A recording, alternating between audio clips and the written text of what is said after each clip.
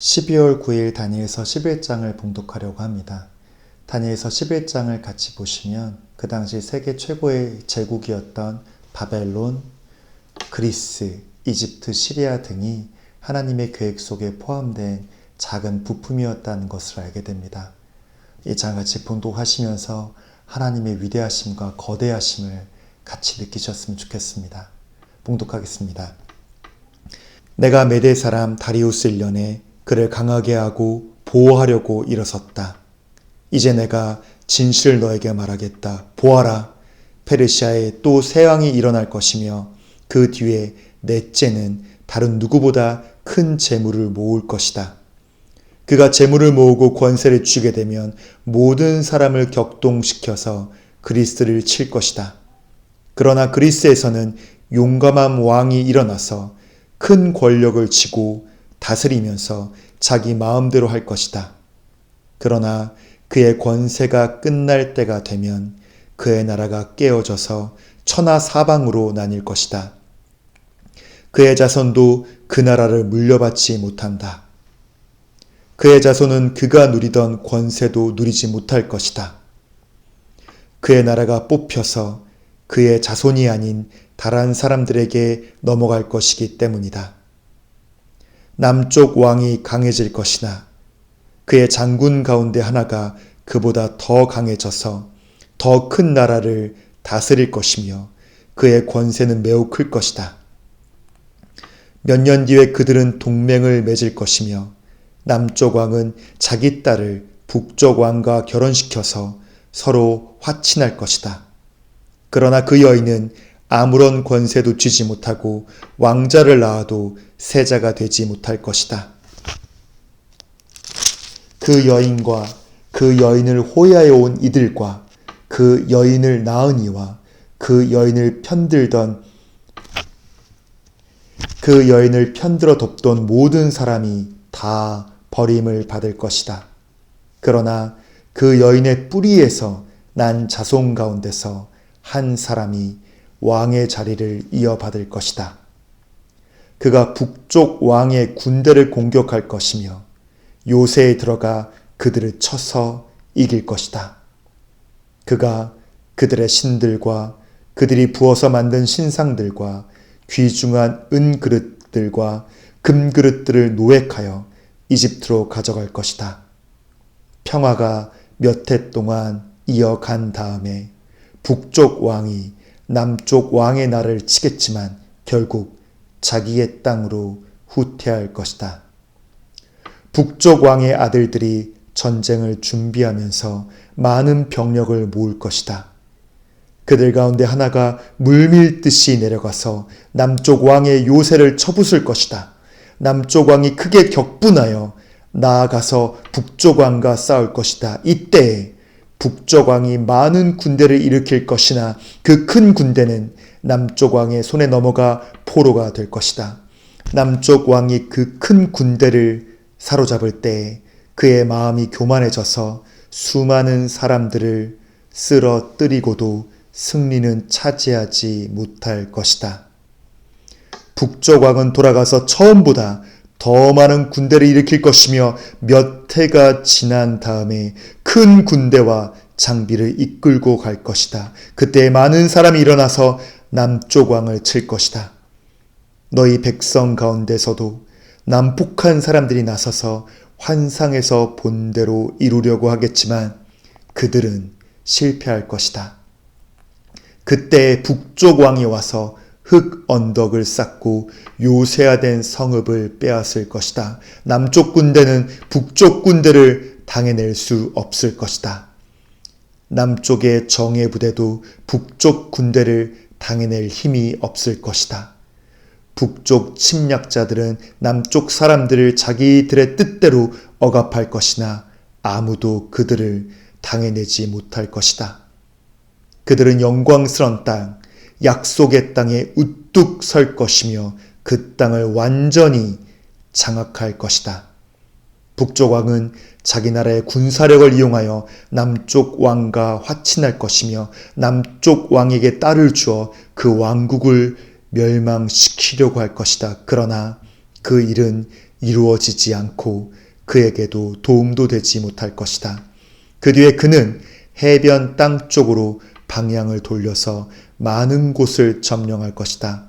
그러나 한 장군이 나타나 그를 꺾어버려서 그가 더 이상 행패를 부리지 못하게 하고 오히려 북쪽 왕이 부리던 행패가 자신에게로 되돌아가게 할 것이다.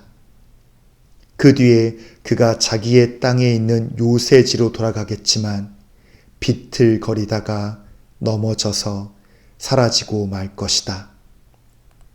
다른 왕이 그의 뒤를 이어서 왕이 될 것이다.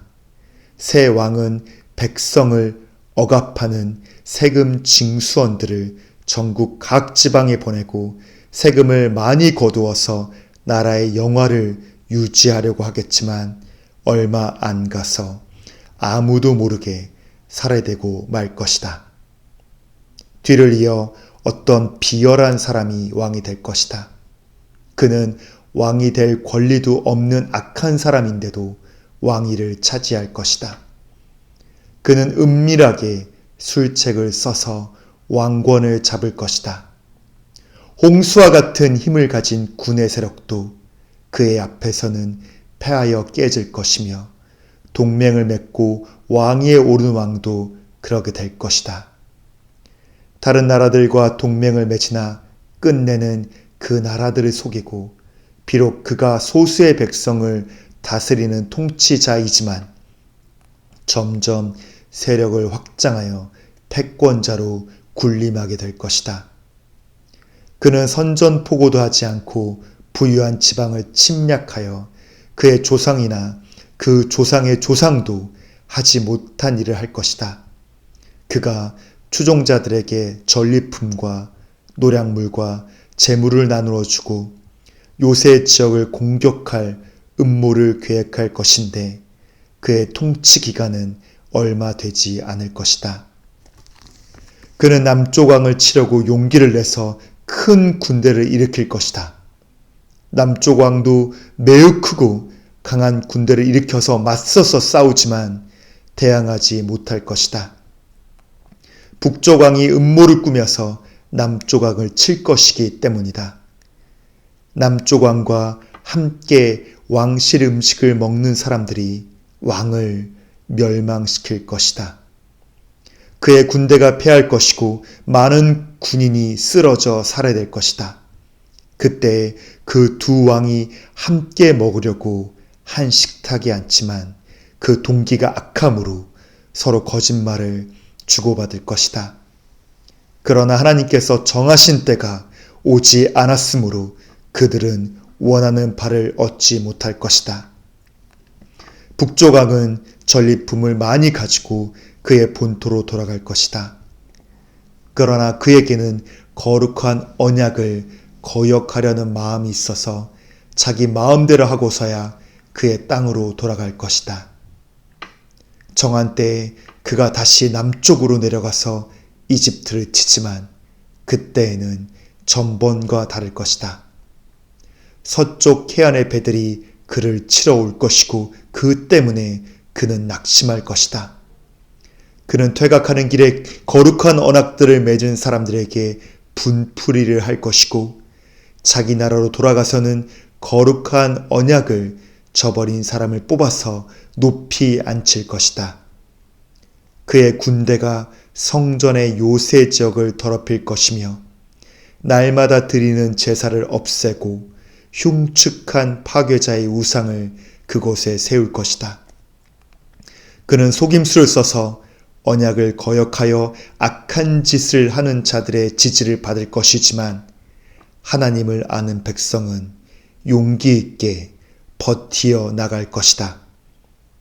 백성 가운데서 지혜 있는 지도자들이 많은 사람을 깨우칠 것인데 얼마 동안은 그 지혜 있는 지도자들 가운데 얼마가 칼에 쓰러지고 화형을 당하고 사로잡히고 약탈을 당할 것이다. 학살이 계속되는 동안에 하나님의 백성이 조금은 도움을 받을 것이나 많은 사람은 술책을 쓸며 적군과 한패가 될 것이다. 또한 지혜 있는 지도자들 가운데 얼마가 학살을 당할 것인데 이 일로 백성은 단련을 받고 순결하게 되며 끝까지 깨끗하게 남을 것이다. 하나님이 정하신 그 끝날이 올 때까지 이런 일이 계속될 것이다. 북쪽 왕은 자기 좋을 대로 하며 스스로를 높이고 모든 신보다 자기를 크다고 하며 괴상한 말로 가장 높으신 하나님을 대적할 것이다. 하나님의 진노가 끝날 때까지는 그가 형통할 것이다. 하나님은 정하신 것을 반드시 이루시기 때문이다.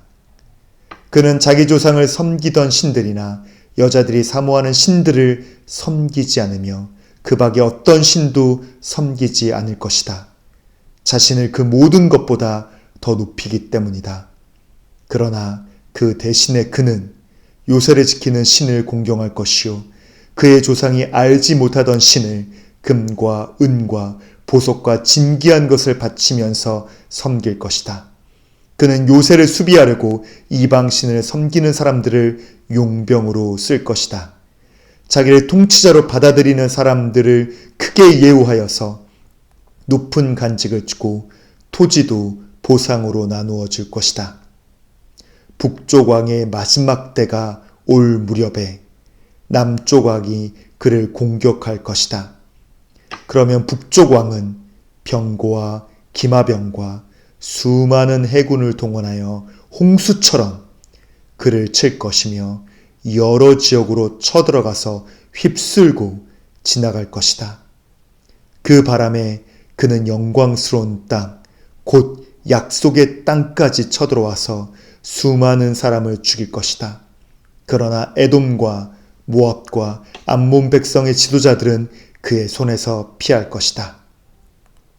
그가 그의 손을 뻗어 이처럼 여러 나라를 치면 이집트도 피하지 못할 것이다. 그는 이집트의 금과 은이 있는 보물창고와 모든 귀한 것을 탈취할 것이며 리비아와 에티오피아도 정복할 것이다. 그러나 그때 동쪽과 북쪽에서 들려온 소식이 그를 당황하게 할 것이다. 그러므로 그가 크게 노하여 많은 사람을 죽이고 멸망시킬 것이다. 그가 자기 왕실 장막을 바다와 거룩하고 아름다운 산 사이에 세울 것이다. 그러나 그의 끝이 이를 것이니 그를 도와줄 사람이 없을 것이다.